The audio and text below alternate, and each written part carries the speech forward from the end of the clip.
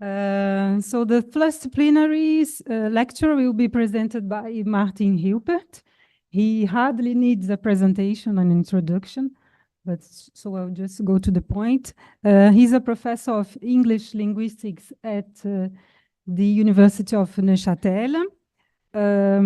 He holds a PhD degree from Rice University, and he did a postdoctoral research at the International Computer Science Institute in Berkeley and at the Freiburg Institute for Advanced Studies. He is a specialist in cognitive linguistics, language change, construction grammar, of course, and corpus linguistics. The title of his talk today is Contrasting Clips in English and French, a Constructional Perspective. So thank you very much. The floor is yours. Merci beaucoup pour cette introduction. Merci d'être là, tout le monde. Voilà, j'ai préparé cette conférence en anglais. J'espère que ça convient. Mais si jamais vous avez de questions, on peut très, très volontiers discuter en français après.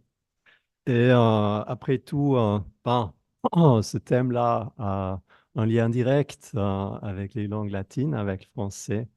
Voilà, alors je vais switcher maintenant. The topic that I'd like to talk about today is short words, clippings, in English and in French. The research that I'm going to present is joint work. You see the names of my two team members, David Correa-Saavedra and Jennifer Rains, who have been working together with me on this topic. And I'd just like to share some of the results that we've obtained with regard to this. So you are all familiar with clipping as a word formation process. I don't need to introduce it at great length. So in English, you have words such as prof, gator, and fridge, which are shortened versions of longer words, professor, alligator. Sure.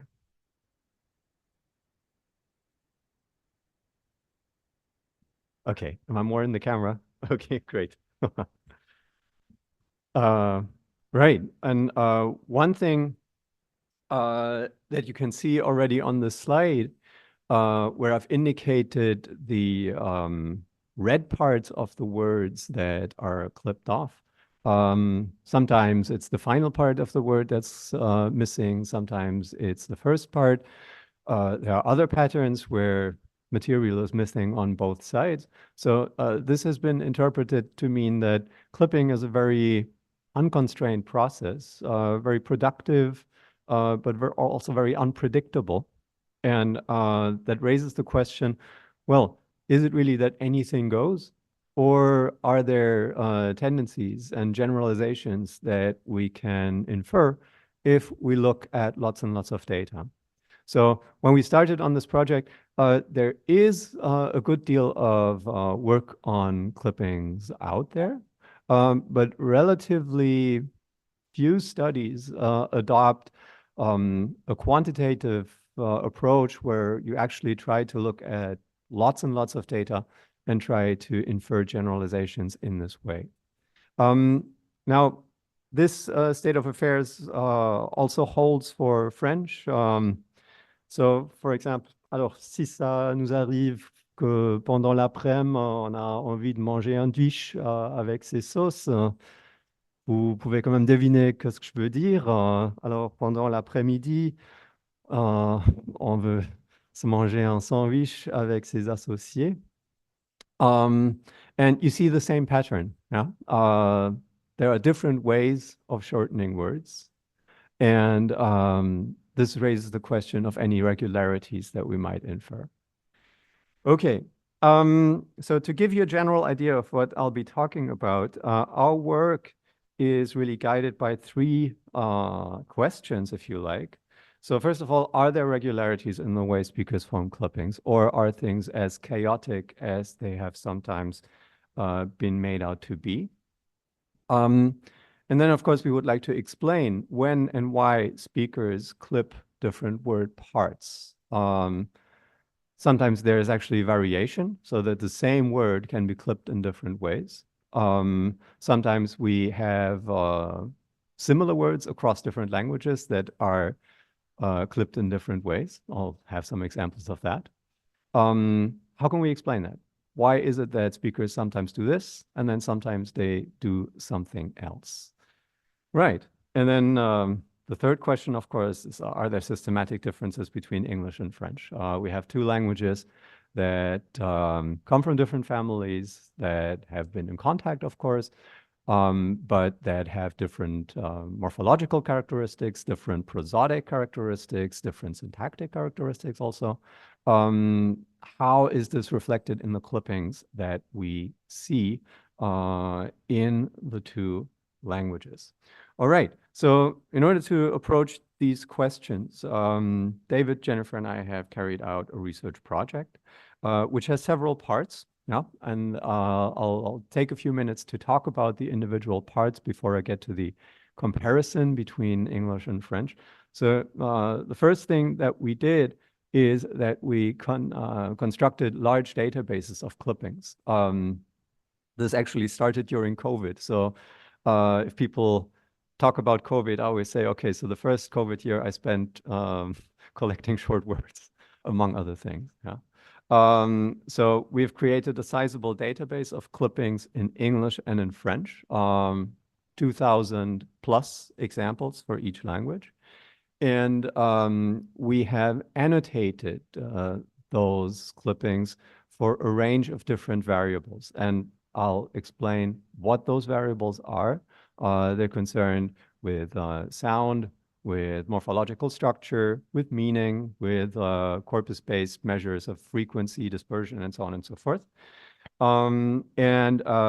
That, in a way, is the basis of the analyses that I will present later in this talk, where we look at typical configurations of features. So kinds of clippings, construction types or construction schemas that speakers use when they form new shortened words. All right, I'll say more about this in just a minute. The project also had an experimental component that I won't be talking about today, but I'll be happy to answer questions if you're interested. So we gave people source words and asked them, okay, here are two variants of this word clipped. Do you prefer variant A? Do you prefer variant B? And we then triangulated those results with the observation-based results that we got. Right, and then there's a third component where we turn to corpus data and quite technical methods of distributional semantics in order to investigate meaning differences between clippings and their source words. So, for example, in English, there's the clipping intro from introduction. And well, I can give a linguistics intro course, yeah, and that is an introduction. So there's semantic overlap. But for example, when I talk about an intro to, let's say, a rock song in English, yeah, the guitar intro to Paradise City, Guns N' Roses, that's not a guitar introduction. Right? It would be weird for me to say that's the introduction to Paradise City. And vice versa. If there has been an introduction of new legislation, it would be weird to say that, okay, last year there has been the intro of a new law on taxes or whatever else. Yeah. Okay. If you have questions regarding that, I'll be happy to talk about that too. However, let me get to what I really want to talk about in this talk, namely the contrast between English and French. So I'll start by saying a few words about our database and what we can learn from that database. Then I will present results that show how English and French differ with regard to the clippings that we have in our database. And I'll try and highlight some similarities. There are similarities. There are also differences and explanations for those similarities and differences. And once I'm done with that, I'll try and take a step back and come up with some general ideas that we can conclude from the empirical observations. All right. With that out of the way, I suggest that we get right to it. So what is in our database and what can we learn from it? So our approach toward collecting English and French clippings has been very, very eclectic. On this slide, you see some of the sources that we used. We used published sources. We used surveys. Basically anything that we could get our hands on. So you see, for example, the Oxford English Dictionary has a number of entries that are already marked as shortened. That's very practical. We used that. On Wikipedia, there are several edited lists that people put together. There are websites such as the Urban Dictionary. And then, of course, there's a large body of literature that has investigated clippings. And we tried to make use of all of that. And then, of course, we also recruited speakers of French and English just to give us short words that they have in their daily repertoire. Yeah. Okay. I like to point out that we looked at all of this with a critical perspective, so we didn't take everything.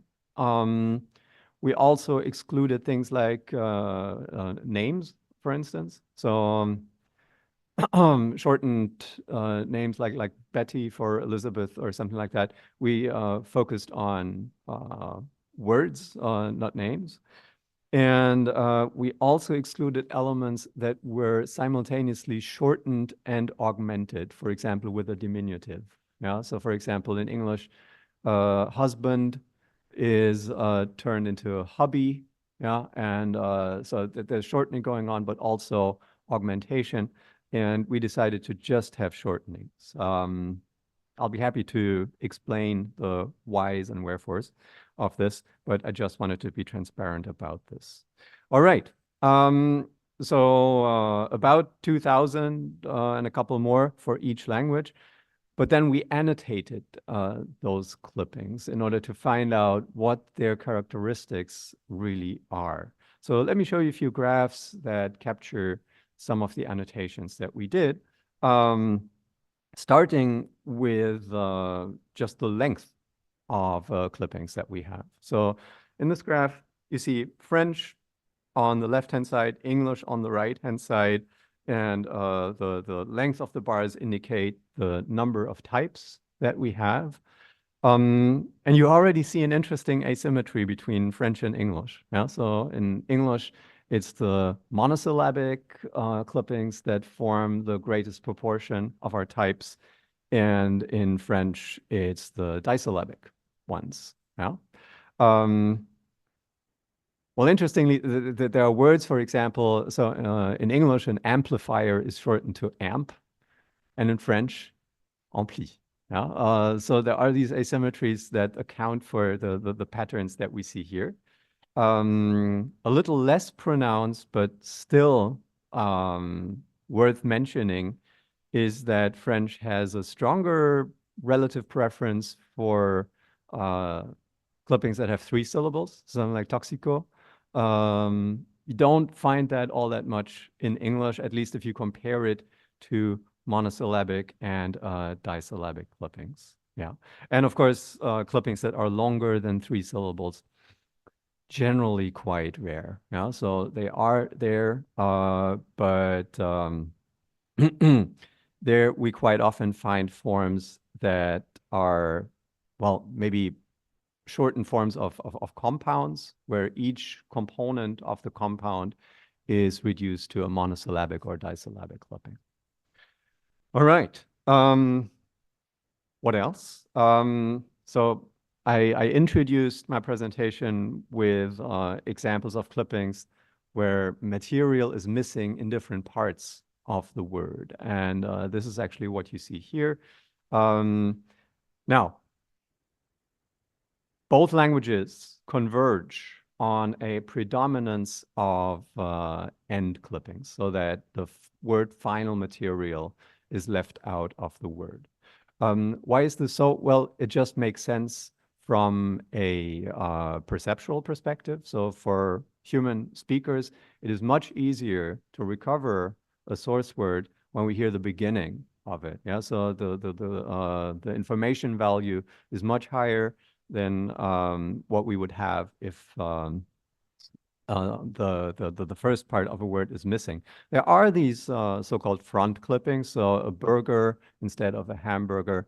Yeah, that exists, but in relative terms, it's of course much less frequent. Yeah, and then there are other minor types, like for example, in English, there are clippings such as specs for spectacles or deets for details, where, well, I'll say more about this rather special type in a second. But you see that that type, for example, is almost absent in French. Yeah? Both French and English have what we call middle and end clippings. So, for example, def sup in French corresponds to formations like rom-com in English. So that's an infrequent but still very typical type. Yeah, I'll talk about this in a second. Right. Morphology. The morphological structure of words is a crucial variable we have found. And we make a distinction here between three different types, and I'll maybe start at the bottom because that's the easiest distinction.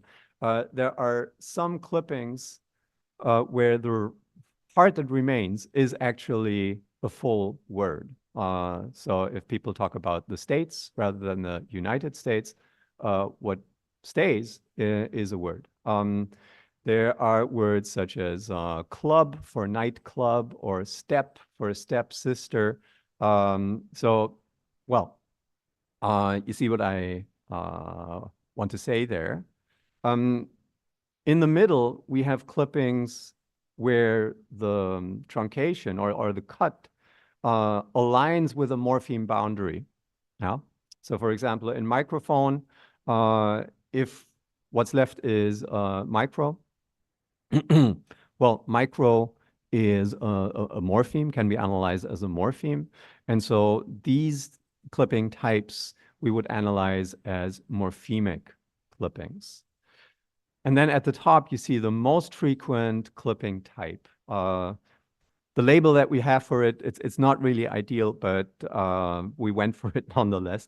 Submorphemic. What do we mean by that? What we mean by that is that the clipping cuts into a morpheme. Yeah? So the clipping doesn't align with a morpheme boundary, but rather we're left with what is essentially a part of a morpheme, or not even a morpheme. Okay, and this is the case, for example, in info from information, or in prof from professor, well, submorphemic clippings. All right. When you look at this graph, there is something of an imbalance between the morphemic type and the word-based type. So French has relatively more morphemic clippings and relatively fewer word clippings. Yeah, so you see that in English, it's roughly 50-50. There is a slight difference, but same order of magnitude. Whereas in French, we have about 3 times as many morphemic clippings as word clippings. And that, well, that's a substantial difference. Right. What else? Of course, sound plays a huge role. Now, both segmental phonology and suprasegmental phonology. Have to do a little parenthesis here. In English, word stress is a major determinant of clipping. In French, less so. I'm not talking about stress at all in this talk because I want to compare the same variables across the 2 languages. Yeah? So keep that in mind when I present our results. Right. What can we say about the final segments here? Well, in both languages, final consonants are the most frequent variant, the most frequent option, followed by vowels, followed by consonant clusters. And, well, again, we see a marked asymmetry between English and French. French has a much higher relative frequency of final vowels. Yeah?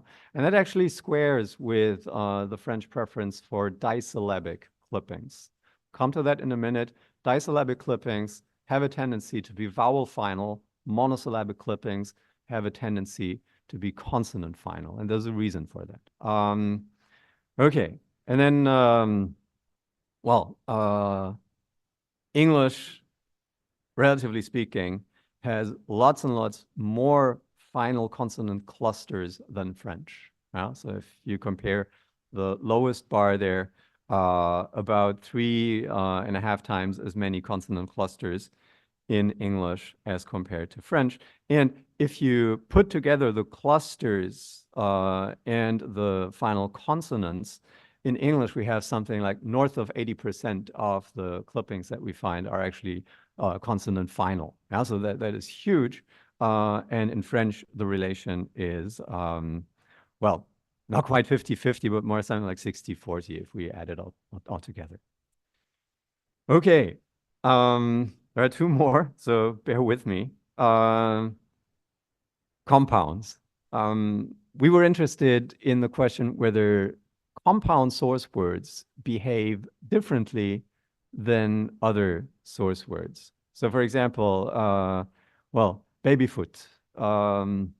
If that is clipped to baby in French, yeah, we have a compound, and this will be one of those cases where the remaining part actually is an entire word. Yeah. Not so in info from information or prof from professor. Right. And this is the last variable that I want to mention at this point, which is an overview of the parts of speech that are represented in our database. And well, this graph looks a little special. It looks like a T because there is one type that overwhelmingly constitutes the majority of our types. That will be nouns. So yes, clippings in both French and English have a substantial noun bias. And this has been stated, so this aligns very well with findings of earlier studies that have looked and tried to quantify variation in clippings. But here we see it come out very, very clearly. Huh? Okay, aside from nouns, we do find all the other parts of speech. They are there. Yeah? So it is possible to have adjectives, deg, or perso, so adjectives and adverbs. Verbs generally are fairly infrequent because of their inflectional characteristics. It's harder to clip verbs rather than nouns. But these things exist. Again, French a little more than English. You see that we have one type here in the graph that is ambiguous. So for example, for bisexual, there are many contexts where this could be either a noun or an adjective. And we sort of had a choice. Do we want to count two types, so to speak? Yeah. Do we want to have one bi that we count as noun and one bi that we count as adjective? Or do we want to say, okay, it's one word, it has two syntactic characteristics. We went with what we thought was the more prudent way of annotating this to have ambiguous categories. Okay, right. Let me give you an overview of what I've been saying so far. I've presented to you 6 variables that we have annotated in the clipping database. These variables, they capture phonological characteristics, they capture aspects of morphology, they capture word classes, and as such, they allow us to characterize our clippings in really precise terms, distinguishing different types of clippings that speakers produce. we actually do have a number of further variables in the database that I'm not going to talk about today. I just want to mention them so that you have an impression. So these variables include, among other things, whether there's a sound difference between a clipping and a source word. So think brother, bro, yeah, so the vowel is different. We also annotated for the semantic domain of the clipping. So we had an annotation scheme with different semantic categories, like things from science, things related to animals, things related to drug use or computer gaming, things like that. We have a whole range of frequency-based variables. For example, the normalized frequency of the form of the clipping, how often do we find it, the orthographic neighborhood density of the clipping, the dispersion of the clipping in corpus data, so how regular the intervals are with which we can find the clipping in corpus data, and then things like the number of word types that contain the clipping as a substring. So let's say we have a clipping sub. How many words are there that begin with sub? Submarine, subordinate, and so on and so forth, yeah? Okay. Now, I'll be happy to answer questions about these variables, but for the purposes of this talk, I'd like to limit myself to the 6 that you have seen. What do we want to do with these variables? So earlier quantitative studies of clipping have adopted techniques like, for example, logistic regression, where people try to find out, okay, is it more likely that somebody will take the source word and make a front clipping or an end clipping out of it? Yeah. Regression techniques can identify the variables that play a role with regard to these processes. And that's great, but our approach is a little different. So we adopt a tool that essentially involves the cross-tabulation of variables, and that allows us to see whether there are certain configurations of features that occur more often than we would expect by chance. Let me explain this, giving you a few examples. Yeah.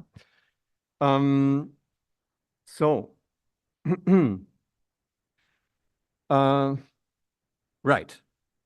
One variable that I talked about is the part of the source word that is clipped off. So let's take the distinction between end clipping and front clipping.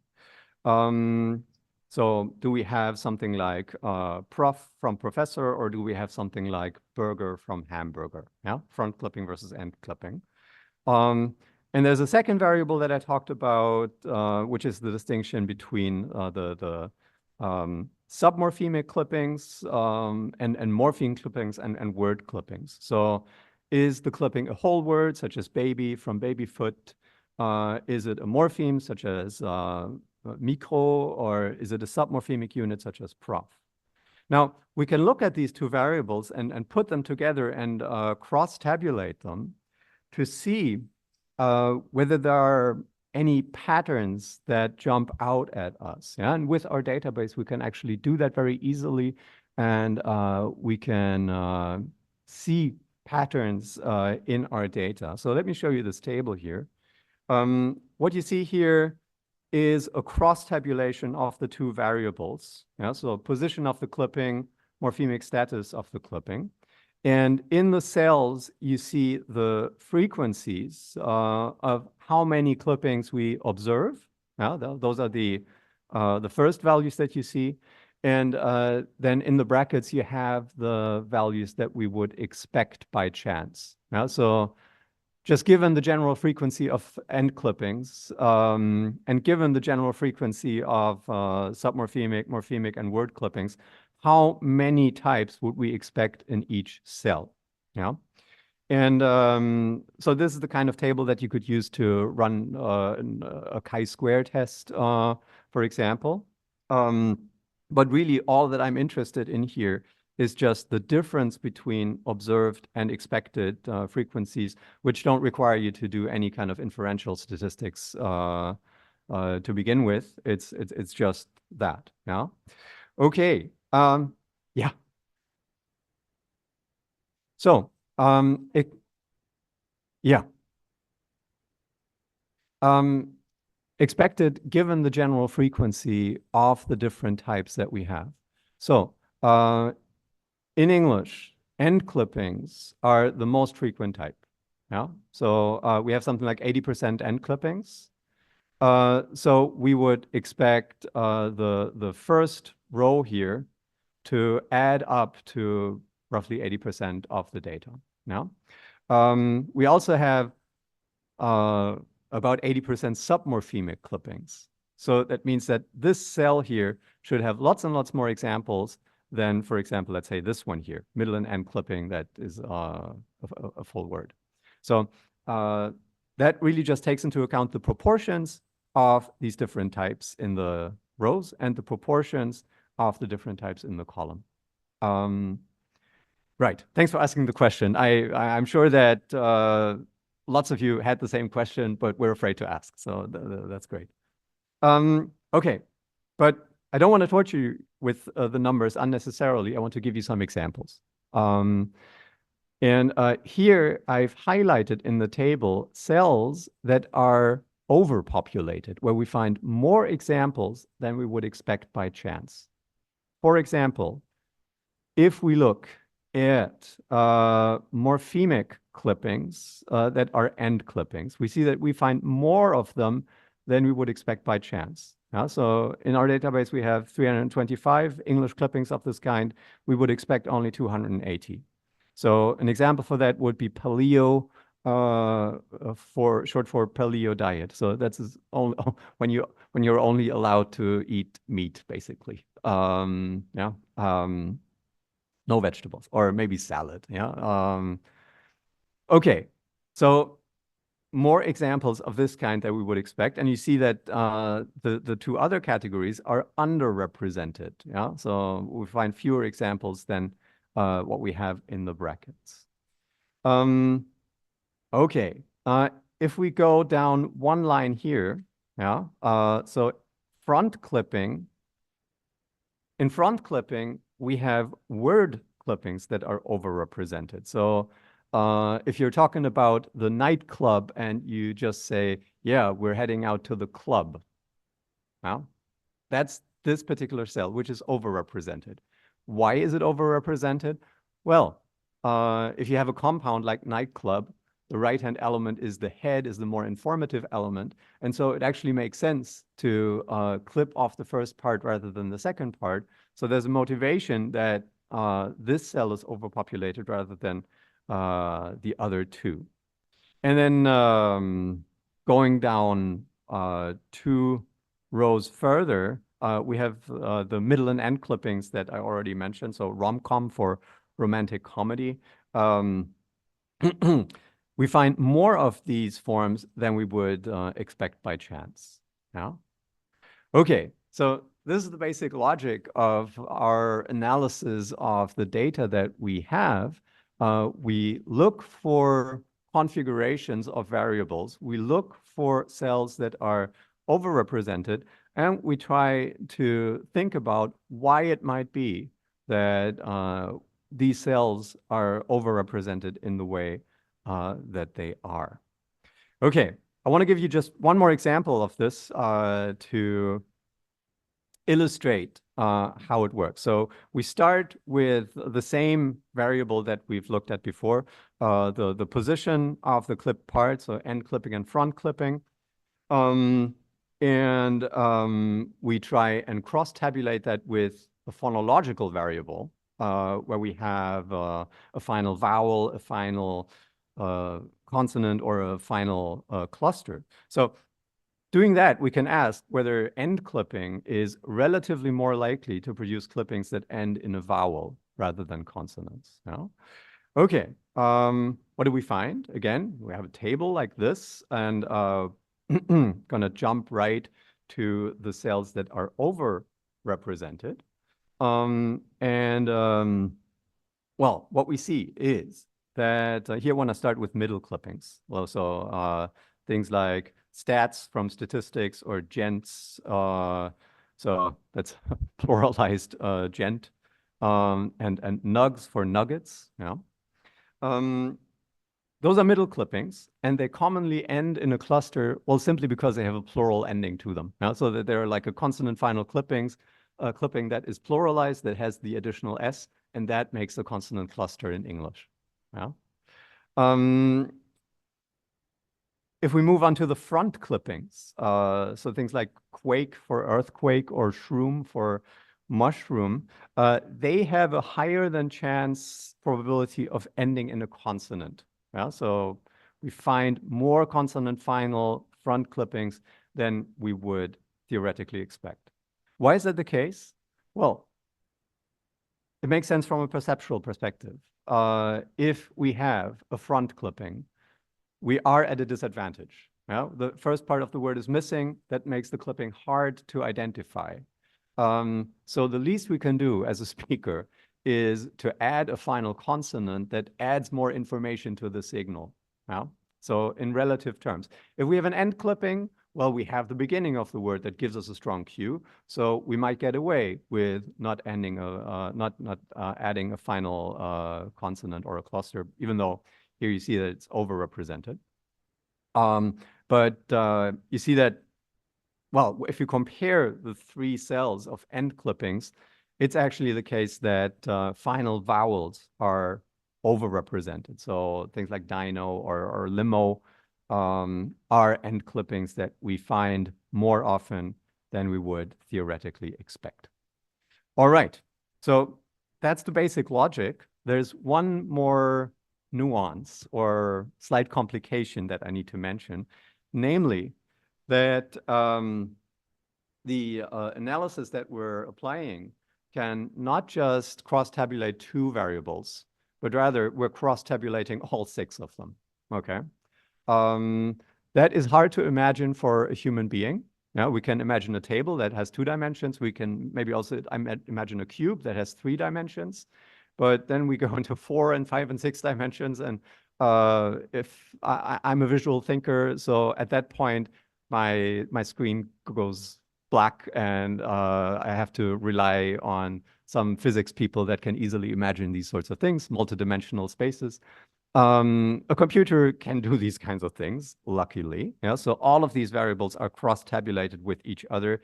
And we have, for each possible configuration here, a likelihood that is assigned to that configuration based on the relative frequencies of each level in each variable. Again, no need to go into the gory details of how this works, but the general logic is actually, even I can understand. So let me try and explain. Let's suppose that we have a clipping that is 1 syllable in length, that is an end clipping, that is submorphemic, ends in a consonant, is not derived from a compound, but rather from a simple word, and that is a noun. Noun is its part of speech. So we can look at our database and say, all right, so monosyllabic clippings, quite a few in our database, end clippings, also quite a few, submorphemic, quite a few. Consonants, how many do we have, opposed to consonant clusters and vowels? How many non-compound source words? How many nouns? And on the basis of that, we can calculate an expected frequency for this particular configuration. And we can compare how many types we find to that expected frequency. So just to give you an example of what kind of clipping this would be, for example, croc from crocodile. Now, actually a very, very typical kind of clipping in English, 1 syllable, final consonant from a noun, etc. Yeah. Okay. The big question is, how many croc type clippings do we find in the database, and how many would we expect? Well, we observe more than 400. We'd expect statistically just 200. So this happens more often than we would theoretically expect. Right. Now,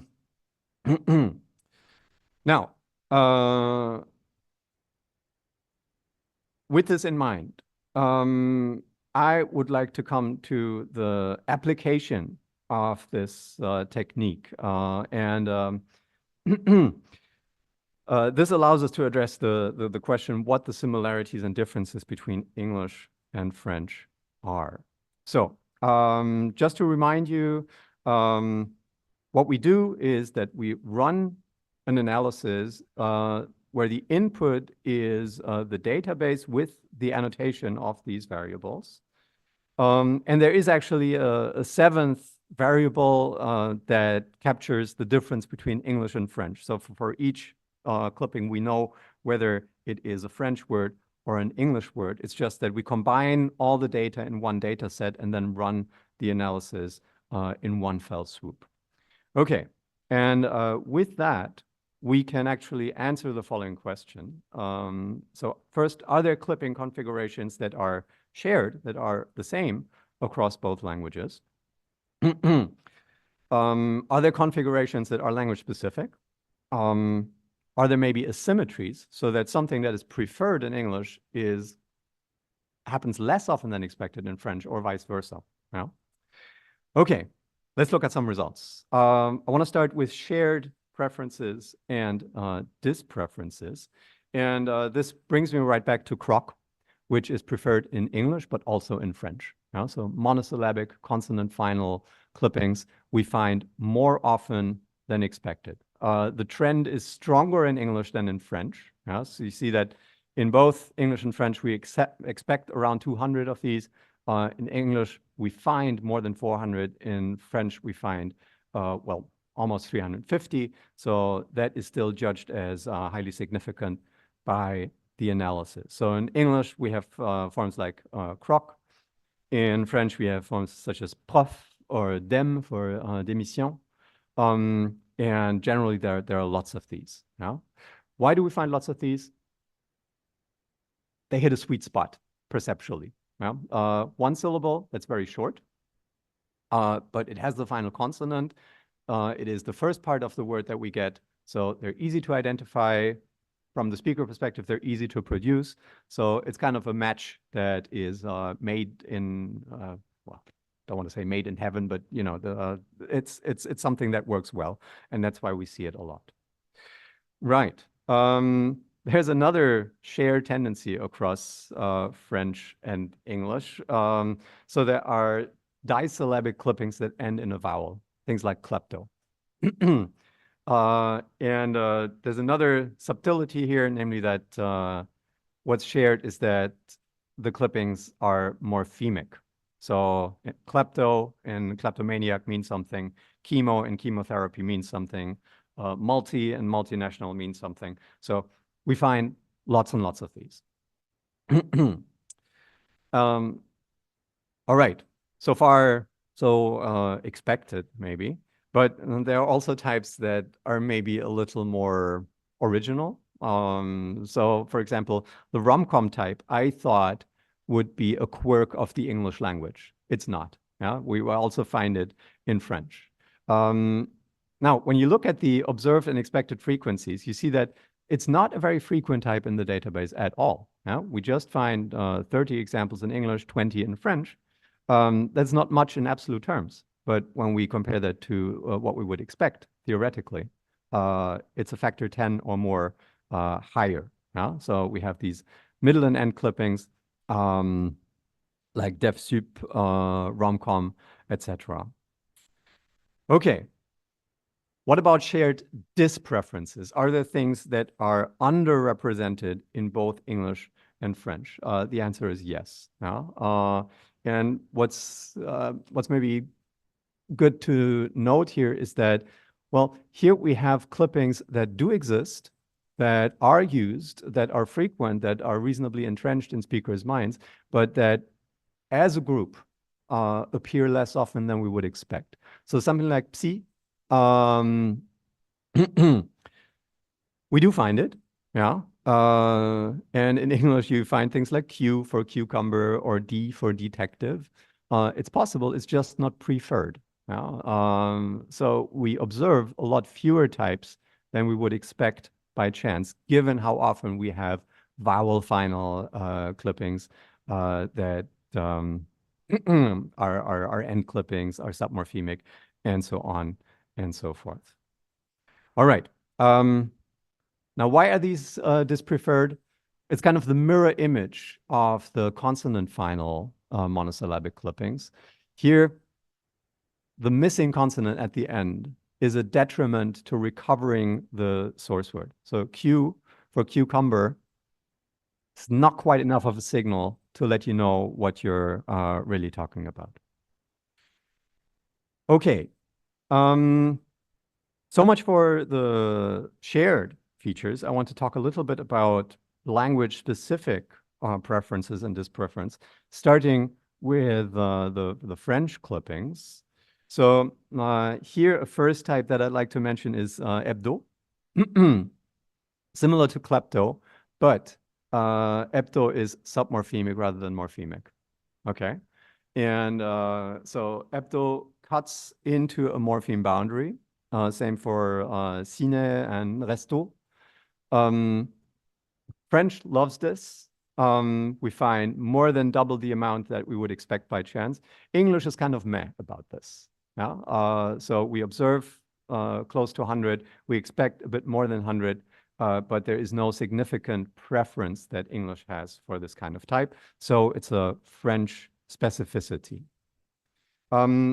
Another French specificity are these 3-syllable clippings that I've already mentioned. So something like toxico, obibio, magneto.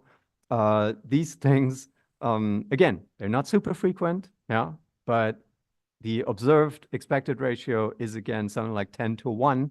That is very different from what we find in English, where the observed frequencies are just double of what they are compared to the expected. And given that the frequencies are relatively low, the analysis tells us, look, this could be something, but we're not sure. Okay. My favorite, douche. So I went into the analysis thinking that, yeah, we're going to have to talk about douche at some point.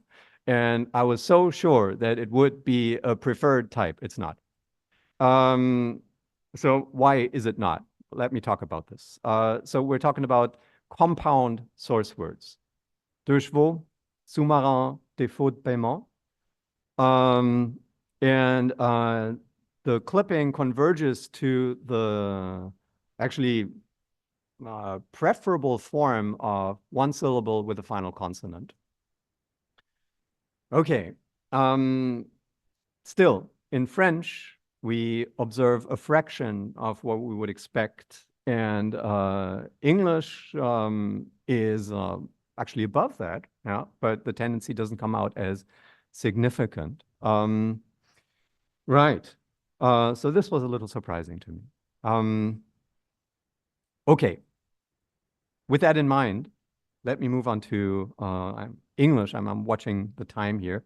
So we've actually published some results on English already in 2023. So what I'm saying here partly goes back to that. If you're interested, there's an article. It's open access. You can download it. And one thing that we found was this specs type, which is monosyllabic, has this middle clipping feature so that spectacles is reduced to specs, circumstances is reduced to circs, nuggets is reduced to nugs, and of course you see the role of the plural morpheme S in this clipping type, which results in the final cluster that is the characteristical hallmark of this type. Now, of course, in French, the plural is typically silent, so we don't find this particular configuration. You see that there are 2 examples of this in the French database as a whole. This is also what we would expect. The analysis tells us, well, we can't really say if there's anything going on there, but in English, it's definitely something that exists. Then, English has a dispreference for words that would actually strike you as normal English clippings. So things like rehab or intel or admin. Yeah? Those words exist. It's just that if we look at their type frequency, we find fewer of those guys than we would actually expect. So in English, we just find about 70 in our database. We would expect double that. In French, we actually do find more or less what we would expect. Yeah? So two-syllable clippings that are end-clipped, that cut into a morpheme boundary, that have a final consonant, not derived from a compound, and noun as a part of speech. Well, we find fewer of these in English than we would expect. Right. So to give you a very general conclusion from this part of the talk, our analysis of a large database of English and French clippings reveals that there are some interesting tendencies. There are a number of configurations that we see more often than we would expect. There are a number of configurations that we see less often than we would expect. And we see some shared tendencies across the two languages, despite the differences that exist between those languages. Right. What do we make of all of this? Let me come to a short final section of my talk here. So my way of thinking about this goes along the lines of construction grammar. I think that we can imagine these clipping types as networks of constructions that share certain features and that are entrenched to different degrees in the linguistic knowledge of the speakers. And we can visualize this as a kind of network such as the one that you see on this slide, which represents overrepresented and underrepresented configurations in English. So for example, you see rom-com here, you see the klepto type that I talked about. Wait a second. You see croc. So the size of the bubbles represents the frequency. How many of these guys do we find in our database? Color represents overrepresentation and underrepresentation. Yeah? So for example, Q from cucumber, underrepresented. We do find a fair number of types, but still fewer than we would expect. Still worse is re from reinsurance. Difference being that here we have a morphemic clipping rather than a submorphemic clipping. Right. So one thing that you see in this network, I should talk about the edges or the links. There are links between types if they share features. So for example, here we see types together that are monosyllabic. Yeah? So each clipping type that just consists of one syllable, they're connected through a link. If two clipping types are disyllabic, or if they are based on compounds, they are linked through a network. If there are many links, that means that there are many features that are shared by the different types. Okay, there are lots of things that I could point out about this network, but I'm looking at the time and I also want to have a quick look at the corresponding network in French. So here we have it. You see the preferred types, the dispreferred types. There are some general tendencies, such as the avoidance of monosyllabic vowel final types. So psy is dispreferred. Zo from zoology is dispreferred. As in English, the admin type is underrepresented. And the general idea here would be that speakers have knowledge of these types. And when there is an opportunity to form a new clipping, they would resort to the inventory that they already have.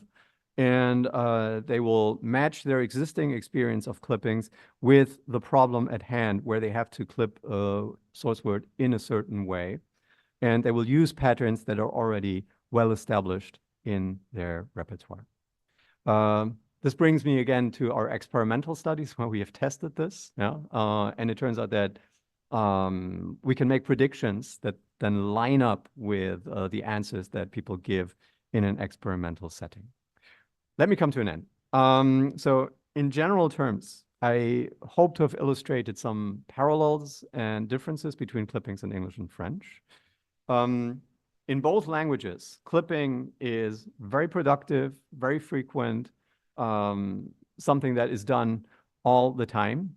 So just for the little anecdote, I wasn't sure how clipping would shake out in French, but since 2020, I've been very much involved in French-speaking university administration. And I've never seen more instances of acronyms, clippings, and other hardly understandable word types.